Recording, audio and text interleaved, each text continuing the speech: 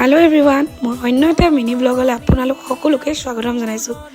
যোৱাটো ভিডিঅ দেখাইছিলো আমি এফালে আহি আছো হয় আমি দাৰ্জিলিং আহি আছিলো আৰু আজি আহি পাই গলোহি। তো প্ৰথমে আমি আহিলো মিৰিক লেকলে আৰু ইয়াত পায়ে মোৰ যেটো ফিল হৈছে মই আপোনালোকক বুজাব নোৱাৰো। মানে পাহাৰীয়া জেগাত অহাৰ ইচ্ছা এটা আছিল আৰু ইয়াত পায়ে মানে আহি লৈ মোৰ ফুৰ্তি দুগুণ আৰু কয় ন একদম মিহি বতা বলে বুলি যে হেতু ইয়াত হৈ আছে। আৰু ইয়াত এয়া দেখিছে আপোনালোকে লোকেল মানুহখিনিয়ে ট্ৰেডিশনাল ড্ৰেছ পিনি ডান্স কৰি আছে।